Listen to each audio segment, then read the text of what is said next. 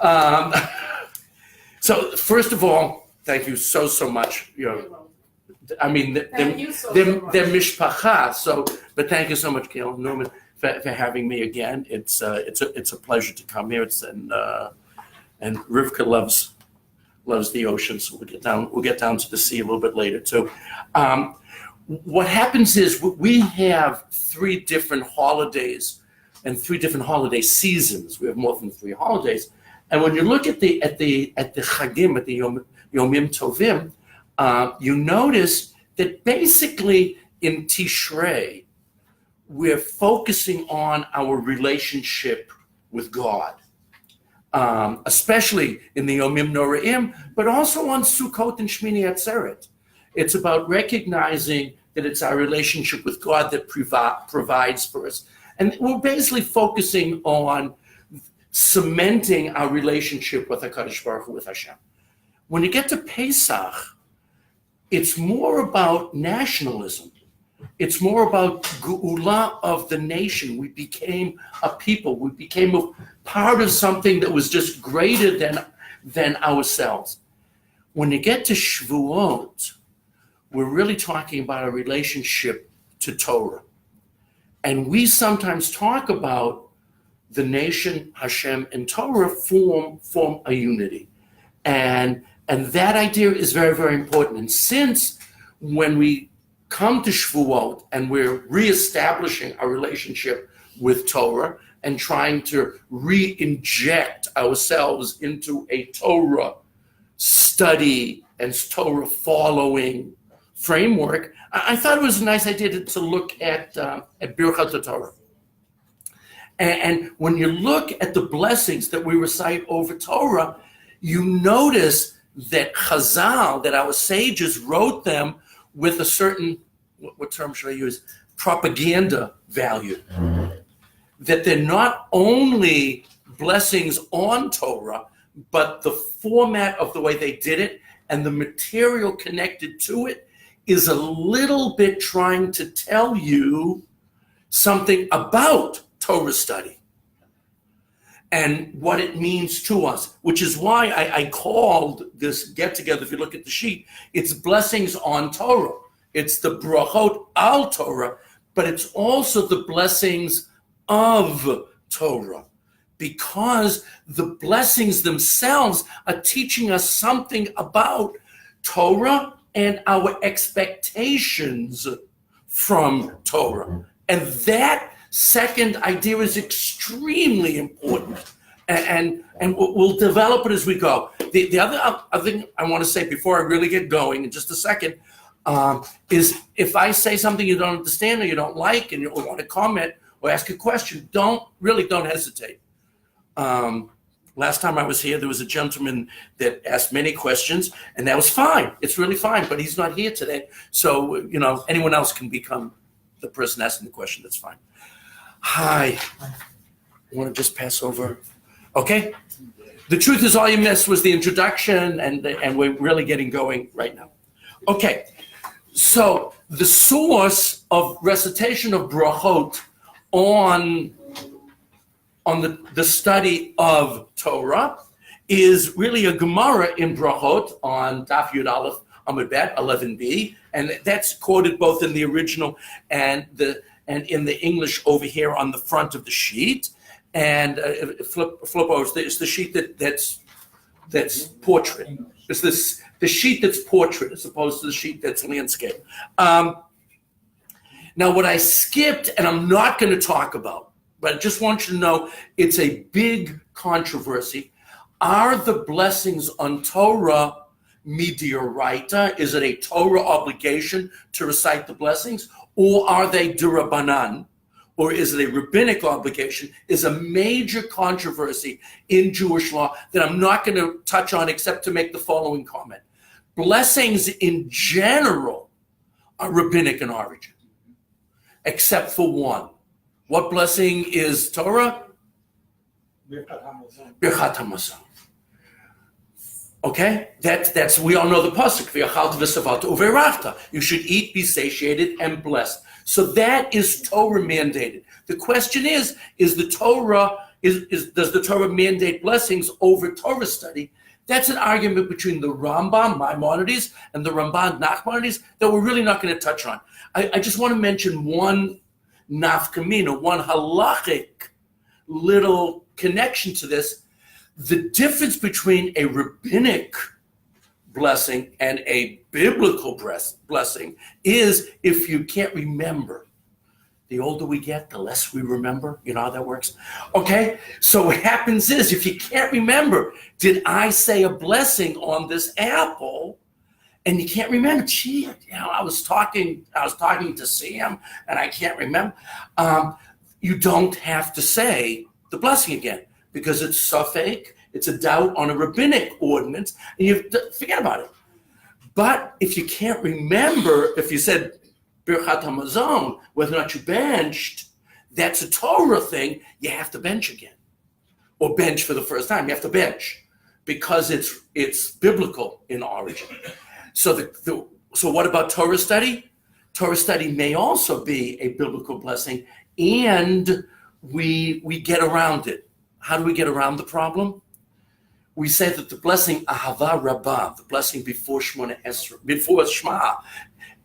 covers you for Torah study in case you forgot to say them beforehand, because it talks about how important and how much you should study Torah. But I just want that that's what we're not going to talk about. We're going to talk about the blessings themselves and what we can learn from them. So let's take a look at the Gemara in Brachot and what are we blessing on? And when we see what we're blessing on, it's also going to teach us how many blessings we have to recite. Because it's not even clear how many blessings there are on the study of Torah. And we're going to see how that works as well. Okay?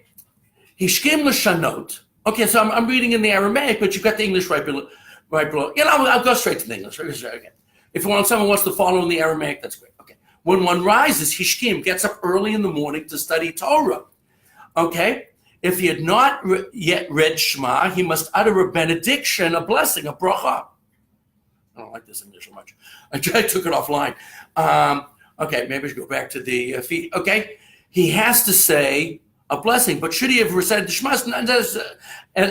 It's not necessary to say the blessing, for he's freed himself from the obligation by saying Ahava Rabbah. Now, that's our blessing. Anybody has Nusach Sfard? Nusach Sfard. So you don't call that blessing Ahava Rabbah. You call that blessing Ahavat Olam, which we say at night, but we don't say in the daytime. And what's interesting is there are sometimes I love the Nusach Sfard, which you're going to see in a few minutes. I'm going to come out in favor of a Nusach Sfard, but right now I'm going to push Nusach Ashkenaz.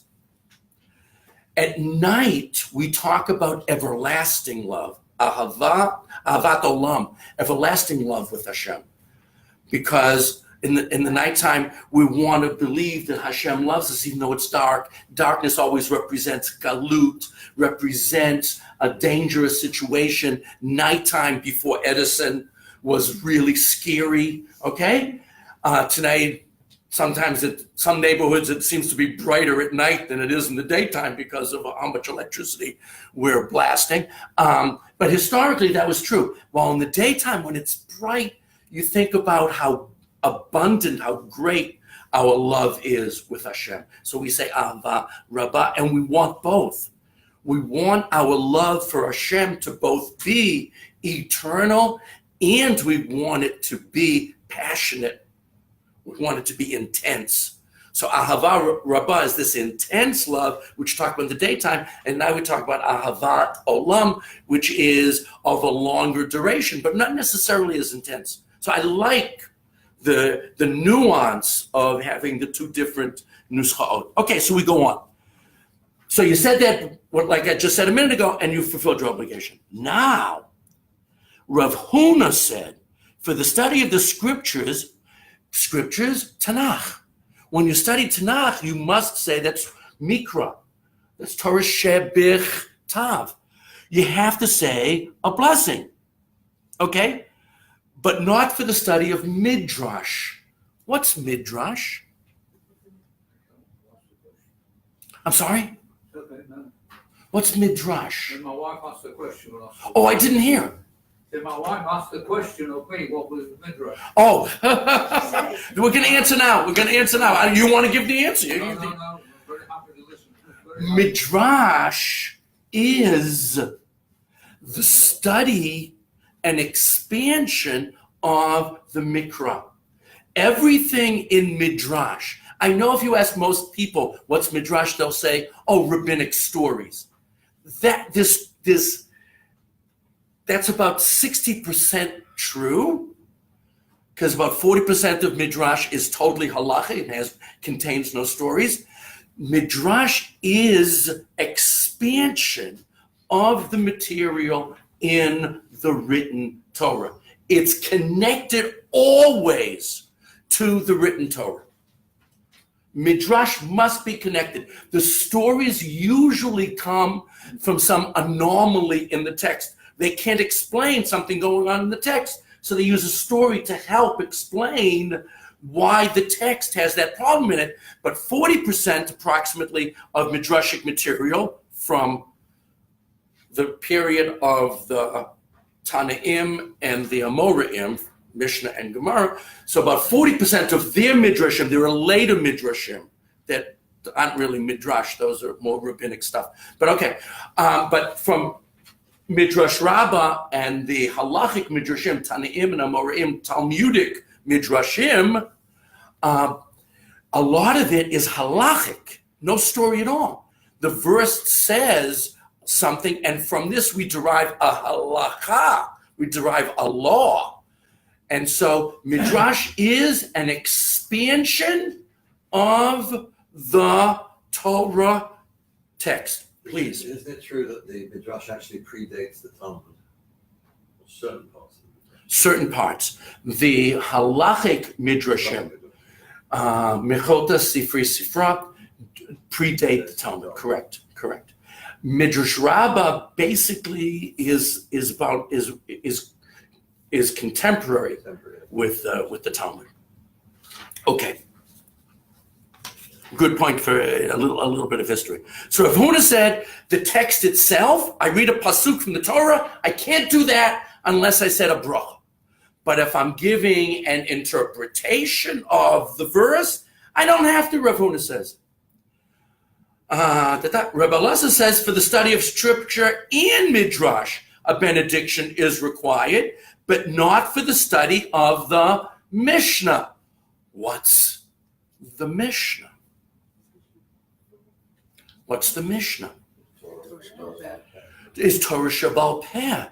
It is the oral tradition as put together by Rabbi Yehuda HaNasi, approximately 220 of the Common Era.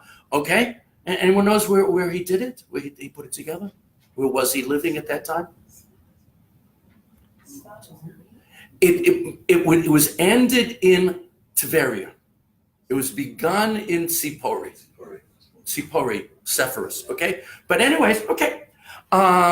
So the Sanhedrin, the great Jewish court, stayed in Tiberias until it was finally closed in the 10th century, in the 900s. Eventually closed by the Muslims. But they didn't call themselves Sanhedrin. The Sanhedrin Qua Sanhedrin closed down in 325 of the Common Era, but they continued studying there for another 600 years, Be'erach. So he says yes, but not on Torah Sheba'al Peh, which isn't necessarily directly connected to the verses. Once in a while, a verse gets quoted in the Mishnah. But most of the time, they're just giving halachic material that's sort of floating a little bit above and not necessarily contiguous, touching the Torah material. Okay. Rabbi Yochanan said, for the Mishnah, it's also required, I got to say a bracha before I read a Mishnah, but not for the study of Gemara, Talmud. Well, now, what's the Gemara? A commentary and expansion of the Mishnah. Okay? And that is more what the rabbis would consider, although for us this is not necessarily true, but was true for the rabbis then, they would consider that more pragmatic halachic material, practical stuff. Now for us it's not as true because Jews have moved around and halacha now became the Shulchan Aruch, code of Jewish law. But for them, Talmud meant pragmatic stuff. How do we actually do what? How do we actually take the material, do the material? How do we actually activate the theoretical stuff which is in the Torah and in the Midrash and in the Mishnah? How do we perform it? That's the Talmud. For us, it's no longer the Talmud. For us, that's now the Shulchan Aruch or the Mishnah Berurah, or whatever you want to, or whatever halachic, work that you're using. Halachic positions of the Rav. Halachic positions of the Rav. Very good. Rabbi, also for the study of Mishnah, it is necessary to recite a benediction. Okay, how many blessings do we have to say on Torah study? Looks like maybe 4. Okay, let's turn the page over to the landscape side, which I hope I didn't break any copyright laws, which I just Xeroxed from ArtScroll. Anyone want to guess why I Xeroxed it from ArtScroll? It's the most commonly used. No. Good guess, but not true. It's all on one page. I looked through every Siddur I had on my shelf. And we have a lot of different Siddurim on the shelf. I even tried Eidot Mizrach Siddurim that I had on my shelf. And the only Siddur that had all of the brachot on one page was ArtScroll with a translation. The Koran didn't even have the translation, but it wasn't on one page. I wanted to save the trees. So I just wanted it on one page, and the only guy that had it on one page was ArtScroll. So if you look on page 16, the top half of the page, the bottom half of the page is actually Torah study. We say the blessings. So how many blessings does it look like? 3. It looks like 2 or 3. It looks like 2 or 3. And that's the answer, 2 or 3. The correct answer is 2 or 3. And this is not normally an issue. But for those of us who are going to stay up all night on Shavuot, this becomes a problem. Is it 2 blessings or 3 blessings? So before we break it down into what the 3 blessings are on, let's assume it's 3, but there's also an opinion it's only 2. Okay? So how do we reconcile that? Because it makes a problem if we're not saying the blessing. See, what we do when you stay up all night, is we have somebody else who slept say the blessings for us. Why? Why do we need somebody else to say the blessings for us? Because there's a bit of an argument about when do you have to say the blessing on the Torah study. And here's a bit of a problem. A lot of rabbis are concerned. When does the Jewish day begin? At night. In other words, it's Shavuot. Let's use Shavuot. I'm going to say Kiddush at the beginning of Shavuot. And that Kiddush, that Kiddush, lasts me the whole day. That Kiddush sanctified the day from then until I say Havdalah at the end. So how come my Torah blessings aren't like that? Why don't, at the beginning of my day, the sun just set, why don't I say blessings on the Torah? And that should last me until the next sunset, just like Kiddush. But we don't do that. According to these blessings, it seems like the Torah blessings don't go from evening to evening, Vayehi Erev, Vayehi Boker, right? Like it says, and it was evening and it was morning. These seem to go from morning to morning. Why? Is it because when you wake up you have to wash?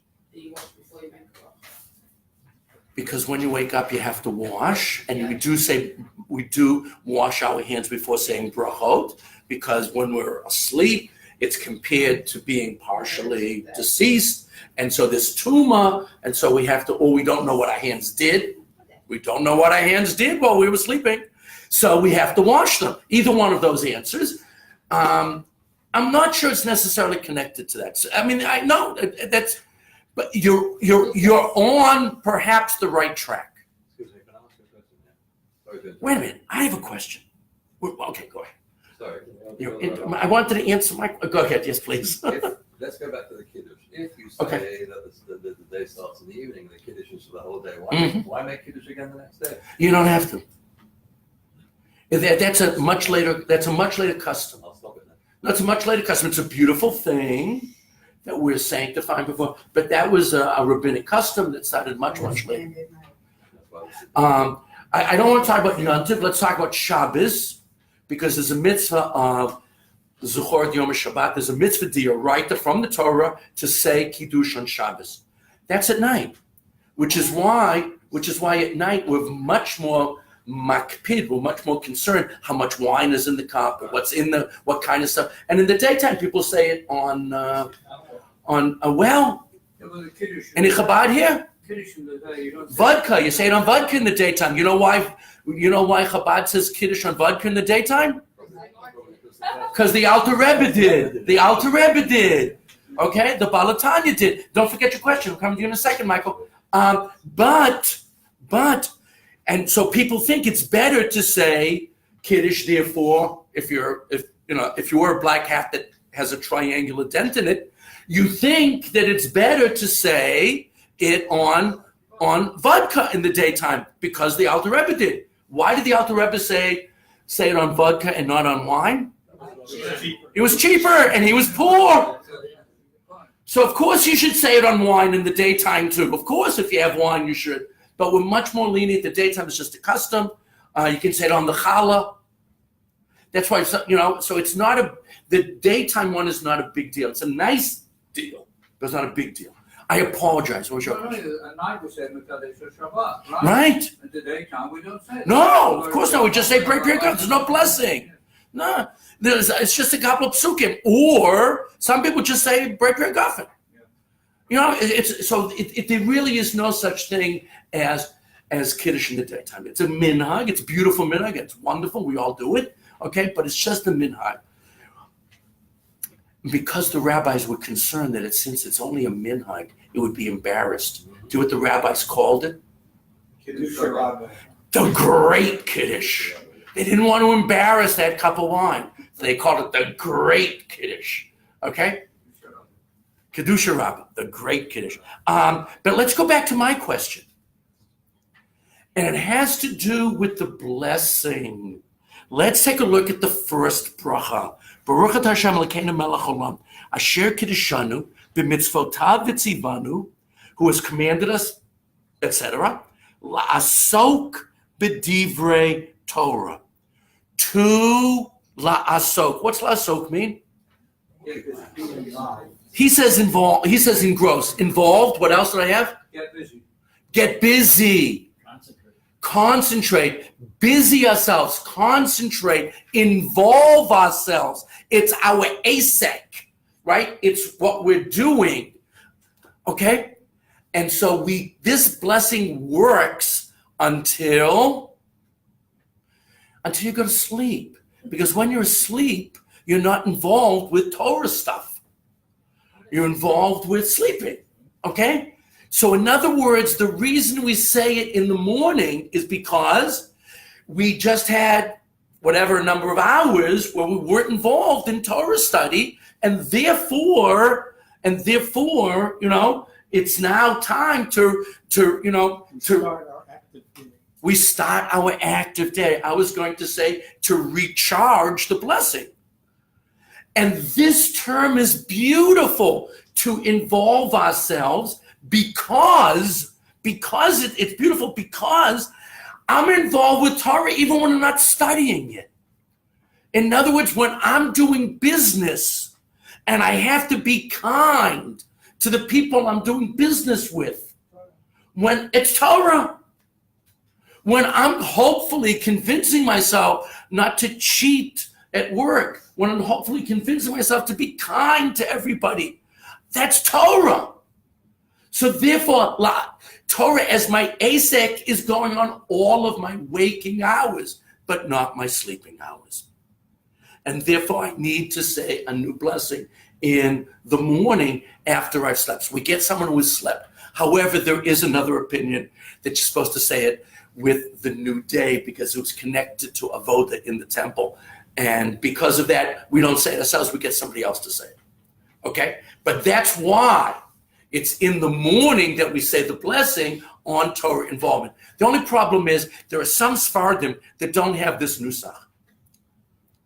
This is the nusach from the Gemara in Kedushin, Yud Aleph Amud Bet, folio 11, side 2. That was the version in the Talmud. However, sometime in the time of the Gaonim, there was another version that began. And that other version that began, anybody know what it is? Lasok b'divrei Torah? They just say, al divrei Torah, over the words of Torah, which seems to be that's only on Torah study.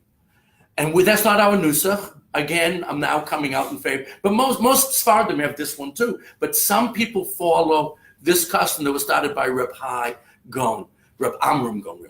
Sorry, they started by Reb Amram Gon, and so some people have that other version. But okay, we're going to stick with this one. It means Torah involvement. Except look at the ASCO translation. To engross ourselves in Torah study. That's the first Rashi on this. In the words of the Torah. Right. It's in the words. B'divrei, in the words. Yeah. B'divrei. It's a direct line. I'm not sure that la'asok means engross, but I'll tell you why he said it. Busy ones. But more than busy, engross means busy yourself in a concentrated manner, which I don't think is what the word means. He's basing himself on the first Rashi in this week's Torah reading. When it says, Ve'im b'chukotai telechu, Rashi quoting a midrash says, a male b'Torah, work hard in Torah. So some people, including Rabbi Art Scroll, I don't know who the translator was, including Rabbi Art Scroll, believe that that's the correct translation. I don't think it's the correct translation. I don't think la'asok means a male, to work hard and schwitz. I don't know how many of you ever studied Torah in a concentrated way. Baruch Hashem, I had some time in yeshiva, and I remember coming to share with Rabbi Soloveitchik one time, and we were doing a very difficult Tosfot. It was in Baba Batra. It was very difficult, and somebody was reading. The poor guy that was reading couldn't parse a Tosfot, and the Rav started going around the room asking us, well, what did it mean? What does this phrase mean? And no one, and we're talking about a room that was containing, 75, 80 guys. No one really had a good answer to what Tosfot was talking about. And the Rav banged on the table in front of him. He really banged on the Gemara. But okay, he banged on the table in front of him. I said, did you sleep last night? I slept like a log, personally, but the Rav's point was, how could you possibly go on living if you don't get shot in what you're studying? I mean, that should just involve you, engross you, if you will, until you get something. And then you can collapse and go to sleep. But how can you possibly go on living if you don't know what that line means in Tosfot? Now, okay, it was a beautiful idea, and everyone should spend part of their life in that kind of concentrated scene. But it's pretty hard for most of us to maintain that level of engrossment, if you will, on the material. But it's a goal, and it's something that everybody should spend some time trying out. It's really remarkable. And Baruch Hashem, women can do it too today. It used to be that this was just a guy thing, But now there are yeshivot where women really study Torah on that same intensity. Okay, You make a siyum on Shas. to make a siyum on Shas. Yes, I had a requirement. I did too. And my brother-in-law was my chavruta when I had Rabbi Parnas in 1971, 72. You're actually the year before. Okay. He could get intense. He cut me to pieces. Yeah, often. And yeah, that was. So that's the first blessing, and that's why we say it in the morning. But the question is, what happens at that point? Now we start a new phrase that says Vaharevna. Now, in some Sidurim, this is a new paragraph because this is a different topic. In other words, we just said a blessing that sounds like a regular Birchat HaMitzvah. Sounds like a regular blessing over performing a mitzvah. Asher Kiddushan b'mitzvotav v'tzivanu. We all know that phrase. Who has commanded us and sanctified us to do X. What's Vaharevna? It's sweet. Make it sweet. That's not a blessing on a mitzvah. What is that? We're asking Hashem. We're asking Hashem, make it sweet. It sounds like it's a new blessing. But we don't say Amen at that point. And the reason, if I'm listening to somebody else say the blessing, I don't say Amen because we believe most poskim think, most halachic authorities think there's only two blessings. So we put the first two together. So we're saying a blessing on two different areas of Torah. What are the two different areas of Torah? Bichtav and Baal Peh, written and oral. So the first two-ish are on the written Torah, and then we have at the bottom, which we'll get to in just a couple of minutes, one on the oral Torah. We all know that blessing at the bottom, which is on the oral Torah, and part of the irony is, when do we say that blessing? When we read the written Torah in Shul, Asher B'chabana Mikol Amim, V'Natalenu with Torah Tov. But we're trying to combine the two. The rabbis want us to see Torah, even though we break it up into different parts. We wanted you to see it as really forming a unity. The validity of Torah Shabbat is the same. Very nicely put. The validity. In other words, we believe in the Torah Shabbat Peh because of its connection and extension of. Very nice.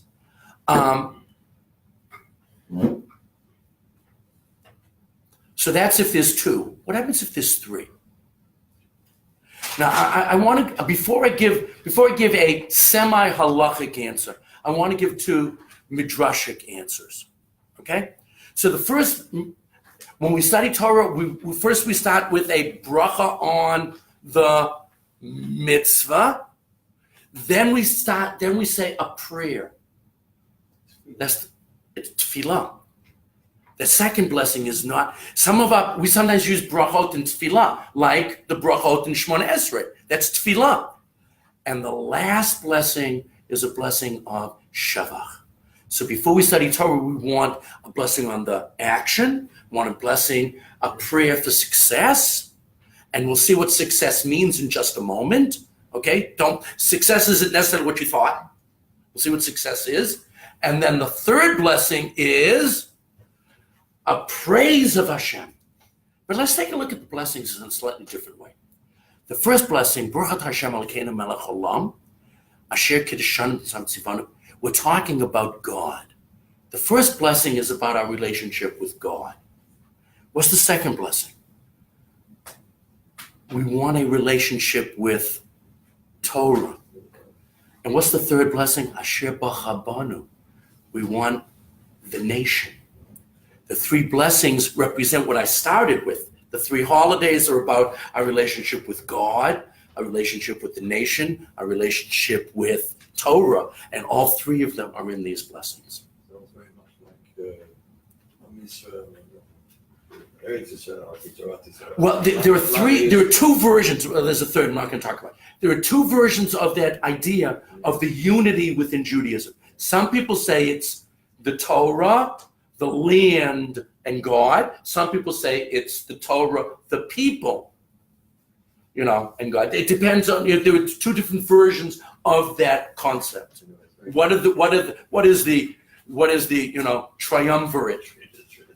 I wasn't going to use that word. What is the troika of Judaism? Okay. By the way, the concept of Trinity came from us. Let's be honest. Not that we believe Chalila, that Hashem is in separate parts. God forbid.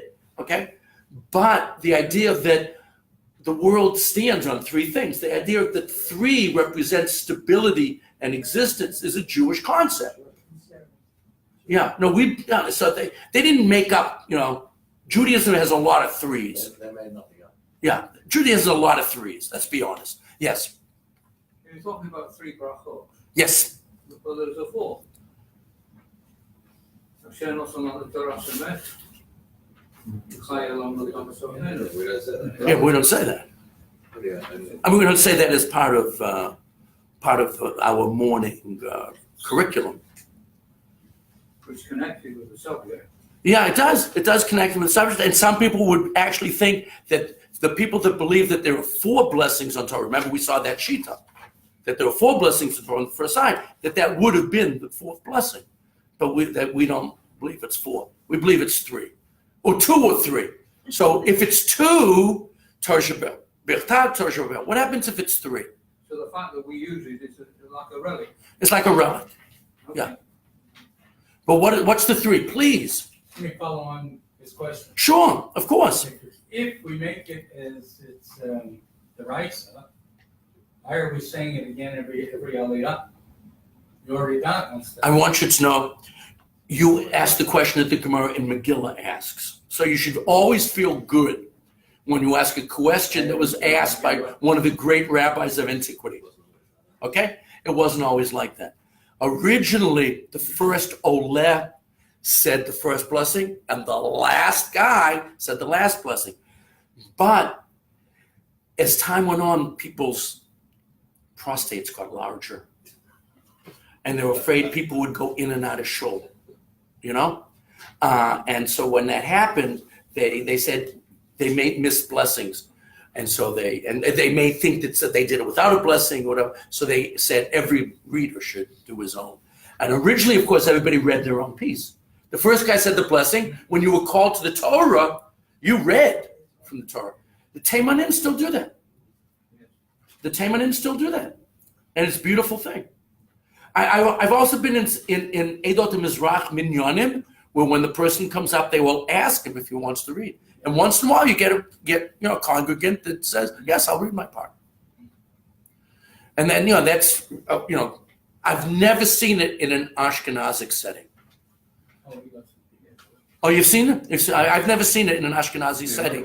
My daughter's shul in Tel Mom, they do that. Oh, great! No, it's wonderful. It's wonderful. Not every week. Yeah, and not every person. No, I understand. But it's beautiful when that happens. Everybody reads the Aliyah. But let's go back. If it's 3, which is the way the 4 has been basically disposed of, as you called it, a relic. Okay. The 2 is a possibility, and the 3 is a possibility. 2 we know. What is it if it's 3? What is it if it's 3? The first one we're going to agree is on the Torah Shebechtad. What are the other 2? What are the other 2? So we can say Mishnah and Talmud. Mishnah meaning the greater explanation of the written material, and Talmud meaning more practical application of Torah to our lives. And quite often that means halacha. Please. So we combine the Midrash and the Mishnah to Yes. create that second. Yeah, to create the second. I only have one little problem with that, you'll forgive me. Okay, sure. But everybody has problems. That's why we're not sure, is it 2, is it 3, is it 4? Now, that's almost anything you say, you can find someone that's going to defend your position. But in reality, we've ended up with a 2 or 3 scenario. But go ahead, please. When we talk about the Gemara, or Sure. the Talmud is the Gemara and the Mishnah together. But if we talk about the Gemara, Right. as I understood it, as I was taught, Mhm. these were the discussions in the base measure Correct. of the Amoraim when they talked about the Mishnah. So what are we actually making a bracha on? We're making a bracha on what they were doing was applying it and making it, for them, practical. For us, it's more the Shulchan Aruch. Fine. But for them, that was the discussion Fine, but over how are we going to take their statement in the Mishnah and apply it to our lives. going back to that time, Okay. I presume that they made brachas as well, right? So if they made Well, we saw yeah, that sometime that argument took place in the 3rd century okay. of the Common Era, based on the names of the people involved. So are we saying that before they sat down in the base of Madrash to start all these discussions and so on and so forth, they were going to make a bracha on what they're about to do? Correct, and they did another bracha too. There was another bracha that's not mentioned. There's a bracha for entering the Beit Midrash. They said that one too. So they said these first thing in the morning, but when they went to the Beit Midrash, many people davened not in the Beit Midrash. They davened in the Beit Knesset. Then they went to the Beit Midrash, and when they entered the Beit Midrash, they said another. Do we know what this bracha is? Yeah. And once in a while you see it in a Siddur, and when I taught in Miftah, we had it on the wall. So, and it's asking Hashem to guide you in your study and make sure that that you didn't err or decide on erring positions. No, it's a nice. There's another one for leaving. The one for leaving is less common, but there's one for the. Please. No, I'm just thinking, is that why we started with Matav? Matovu, which again is a minhag based upon where you live, and not everyone says it, but that was for davening in a Beit Knesset, and that's it. That minhag apparently started in the 4th century, and it's when they started referring to Batei Knesset as Beit Mikdash Ma'at. So since we're saying that our shul is like a small temple, a miniature or replacement temple, we said Matovu, which of course is a quote from Bilam HaRasha, right? From the evil Bilam, right? About how wonderful, these places are. But apparently that's when that custom started. It's a custom. Not everyone says it. I remember when I was a kid, and I used to go to like bar and bat mitzvahs of friends at a conservative temple in our town, in our suburb of Boston. That was like one of the biggest prayers, and the chazan would add a choir and made a big deal out of singing Mato. Beautiful, but it's interesting that it does not have a central place in our liturgy. And I gotta be honest, I didn't even say it. Some people say custom, some people it's not. But I remember in this conservative temple, it's like a big part. The 2 most important lines in Tefillah were Matovu and Shema Yisrael. And it's hard to remember anything else because those became like operatic pieces. No, V'nei Amar at the end of Elena, they also made a big deal out of that. Like it's something that you say when you enter, when you begin davening. Yeah. When you enter, if you daven at home, you don't. There's nothing wrong with saying it, but it wasn't the minhag. The minhag was when you came to shul. Remember, the minhag used to be, you said brachot at home. Not only did you say brachot at home, you put on your talis and tefillin at home. Then you came to shul ready to daven, and you said matov. Not that many places do that anymore. Although I remember when I lived in Efrat years ago, there was a guy who used to drive to shul every morning wearing his talis and tefillin. Which is fine. I didn't, although on Shabbos I walked to shul with my talis. I didn't wear my tefillin because we had dogs in the neighborhood, and that's like a problem, who leave their little signatures around. Okay, So what I want to do now is I want to take a look at the second bracha. I want to take a look at the second bracha very, very quickly, and then say something about the material that we read afterwards. Okay, as I'm running out of time, because I do want to keep it to an hour. But let's take a look at Varevna, because it's a beautiful prayer that we don't spend much time really trying to concentrate on. What are we saying when we say Varevna? So Varevna Hashem Elokeinu divrei Torah b'finu, make these words sweet. Now, what do we mean when we say make these words sweet? How's he translated? Sweeten the words. Okay, what do we mean that? Put on some sucrosite or something. What? Honey. Honey. Put some honey on it. What do we mean? Sweeten the words. What do we mean by that? Yeah, that's what they used to do to say the kids. I remember with my kids when they went to first day of school. Every kid got a piece of paper with an aleph on it, and they came around with a little paintbrush. And they put a little honey, and the kids licked the aleph. It was very sweet. It's very sweet. Both metaphorically and literally. So anyways, what happens is, what do we mean make it sweet? Make it easy, make me successful in it, make the experience not bitter. Let's be honest. A lot of people's experience in yeshiva is not so pleasant. Everybody has had a crummy teacher, right? Who just made it. And all of that is wonderful. Make me successful, make the experience a positive one.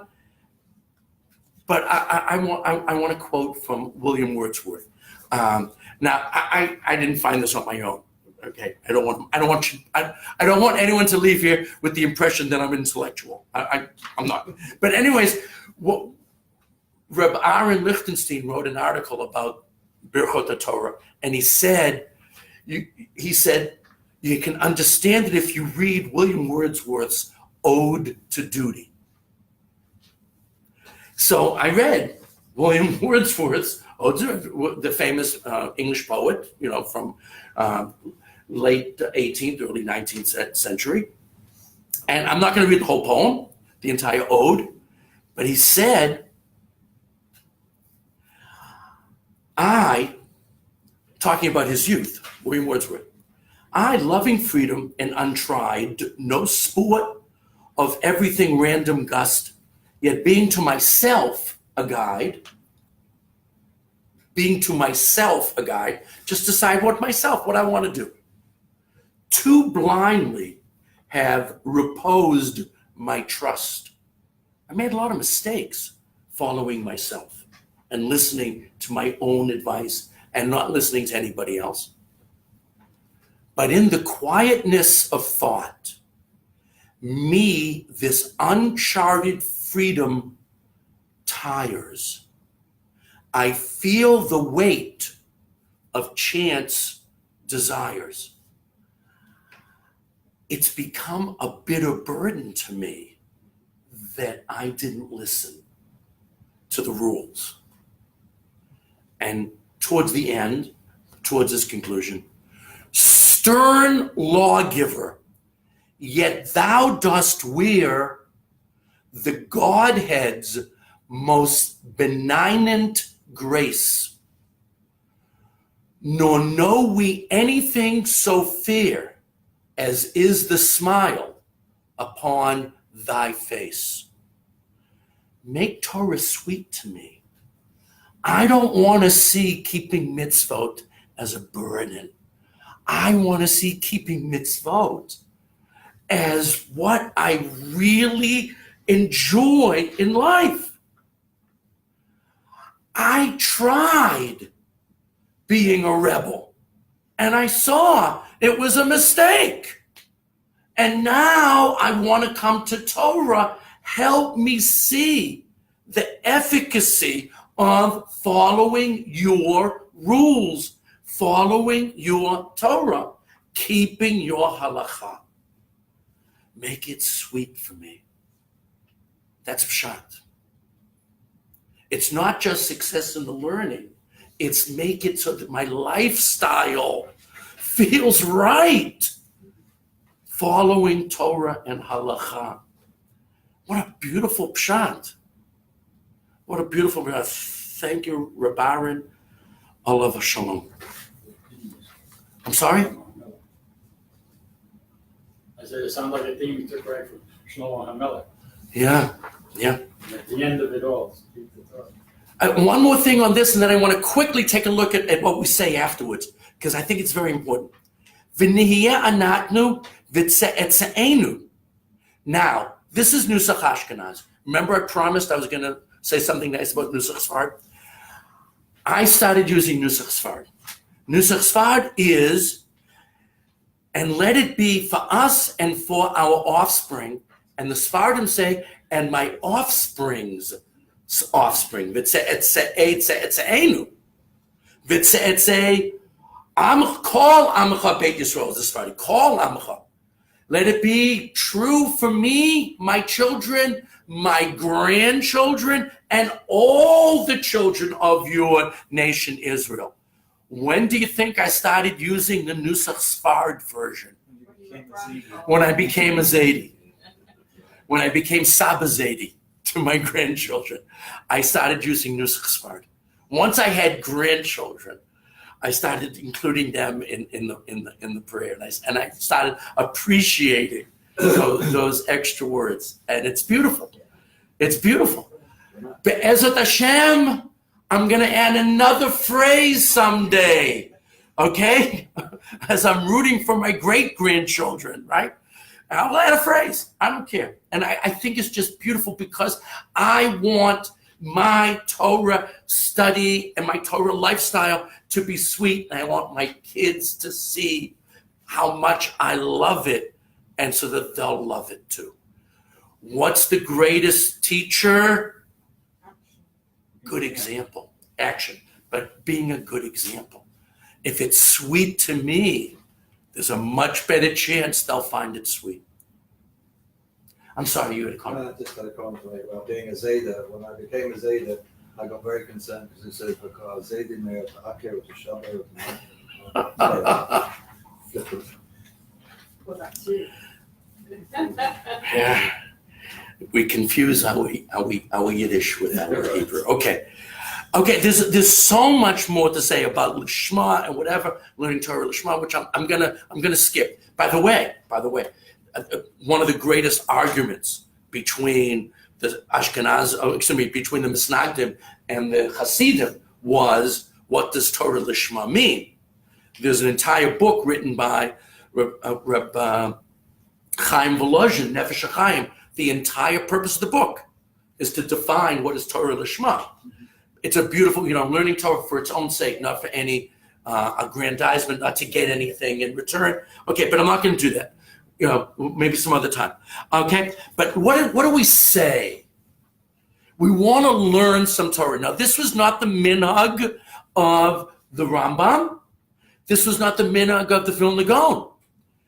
This material was put into Sidurim starting in the Gaonic period, starting in the 9th or 10th centuries, and Rashi said this material, but the Rambam didn't. And what happens if you have a Sidur Hagra, they, right after they say the brachot, they go straight to saying korbanot. So they learn some Torah, but they say the offerings from the temple.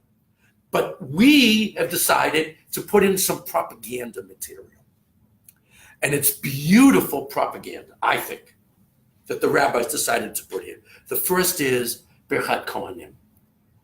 I mean, we want to, what's more beautiful than, you have a Recha Hashem v'yishmerecha. God should give you all the things that you need and protect you, and God should enlighten you, and God should grant you peace and turn your face towards you. I mean, it's just a beautiful piece of material to put right here, and that's what we want from Torah. There are certain things that no matter how much I do, it's okay. We know when you eat, or how little I do, it's okay. There's no shiur. Shiur, the concept of shiur in halacha, that there's a set amount you gotta eat or drink or do, is such a pain so many times. Okay, think about matzah. Think about matzah at the Seder. How much matzah do I have to eat, and how quickly do I have to eat it? Okay, and there's some people that say you have to eat tremendous amounts, you have to eat it quickly, and you have to do it in 2 swallows. So now there's the whole concept of shiur, that there's a set amount that's got to be achieved, has just driven Jews crazy. I mean, we're already paranoid, right? And the concept of shiur has just sent us over the edge. But there are some things, no matter how little you do or how much you do, it's always right. I just like that idea. And I think so do the rabbis. And they mentioned payah. Now, payah doesn't not talking about the sides of my head, but I'd like to think it does. No matter how little you leave behind, it's enough. It's enough. They don't, your son-in-law, they don't have to go down to your puppet, It's just, having any amount is okay. This is not talking about that, though. I wish it were. This is talking about the field, that when you leave the corners of your field for the poor people, even one, grain standing, one stalk, thank you, one stalk standing there, that's enough, okay? So that's what it means. Okay, I wish I meant the other thing, though. Okay, and then bikurim. You don't have to bring, you don't have to bring all of your grapes. One grape will do it. Okay. Rayon, what you bring when you come to Yerushalayim 3 times a year for pilgrimage festivals. Gemilat chasadim, kindness, and that feeds into the next part we're going to get to in a second. Kindness, a little thing, sometimes the smallest things makes biggest difference. Okay? I'm going to tell you a very, very quick story. I mean, it's a long story. I'm going to make it very, very short. Okay? There was a guy, there's a rabbi that I know who went to daven at the kotel, and a young man in a black hat and a black suit walked up to him, and he said, Shabbat Shalom, good Shabbos, okay? And the rabbi answered, good Shabbos. And then but the kids just stayed there. The young man just stayed there. And the rabbi, after a couple minutes, turned to him and said, well, anything I can do for you? He said, I just wanted to thank you. I said, do I know you? And the young man said, you probably don't remember me, but I came to the kotel a couple of years ago, just looking for things and looking, and you were very kind to me, and you gave me some kind words of advice on how to behave at the kotel, and that started me off on a journey that has taken me to, in this particular case, was the Mir Yeshiva. But doesn't make any difference. You can fill in the blank, and it was just a couple of minutes of kindness. And we just saying hello to people, just acknowledging people. It's amazing. There's no sheer. The smallest gesture, it could be a smile. It's just amazing. There's no sheer. There's no minimum amount for kindness. There's no maximum amount either. But the smallest gestures can make such a difference. And Torah study, I don't have hours to spend 5 minutes. There's no shiur. Learn a pasuk a day. And so it's like when the rabbis picked this stuff to put it here, it wasn't just a coincidence, because it's not only the blessings on Torah, it's the blessings of Torah. When you understand Torah, look at the world that gets open to you. And then you look at the final list. This list doesn't exist anywhere, I just want to mention. It's a compilation of lists that was put together to get 10 items. Look at the 10 items. Remember the rabbis went shopping for these 10 items, because they don't appear in any traditional, authoritative source. The Gemara in Kedushin has a longer list. There were longer lists and there were shorter lists. In Kedushin and Shabbos, and Breita in Peah. So it's 3 different lists that I know of. There may be more. Okay? Let's take a look quickly at this list. And these are the things that if you do them in this world, you get a reward in this world and you get a reward in the world to come. These are the best Torah investments, where you not only accrue interest now, but in the hereafter. Okay? The best Torah investments is this list. Let's take a look. Apple computers. No. That was okay. Kibud Av V'Aim, respecting parents. Okay, that's a big one. 10 Commandments, right? We get 10 Commandments like Gemilas Chasadim, kindness. It's amazing. If you find that you did things for your parents and your kids saw you do those things for your parents, you know what happens? They do it for you. What a great investment. Kindness. It comes back. By the way, 1 and 2, where's God? Hashkamat Beit Midrash Shachrit V'Arvit, coming early to shul, morning and afternoon. Okay, so there you can say God's in that one too, but I think that this is about punctuality too. I think we're rewarded for being on time. I thought you were a Chassid. Well, they have a different time frame. Hachnasat orchim, hospitality. Bikor cholim, visiting the ill. Hachnasat kala, rejoicing with people when they get married. Levat amet. Yeah, I remember being at my mother's funeral, and it was, of course it was sad. It was my mother. My mother lived to be over, she was in her 97th year. And there wasn't a big crowd. But my mother had predicted that. She, out of a very large family, mostly my father's side, but her side too, she was the last one standing. And she said, I went to a lot of funerals. I can't imagine there'll be a lot of people at mine. And I gotta be honest, when I was at my mother's funeral, I felt very much like all of them were there. And I felt that way when we got to the cemetery. There were 16 plots, there was family, 16 plots. And she was filling in the last plot. And you felt very much like all of them were there. Going to a funeral, you never regret. You never regret going to a funeral. Iyun tefillah. Now, I'm not sure how to translate iyun. I'm not trying to translate concentration. I've always felt the best translation is sincerity. That's not sure exactly what a literal translation of the word iyun, but I really think that's what they mean. Sincerity in prayer. When you daven, mean it. Havad shalom beinon l'chaver. Now this is a machloket. We say bringing peace between fellow human beings. And by the way, another addition from the Sfardim, which is bein ish li'ishto. If you can do something for a couple, wow, what a mitzvah. I'm sorry? Like Aharon HaKohen.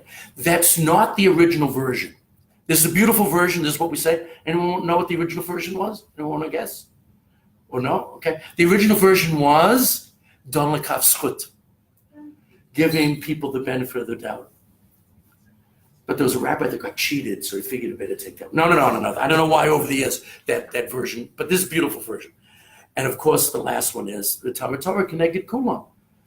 And Torah study, weighs equally with all of them.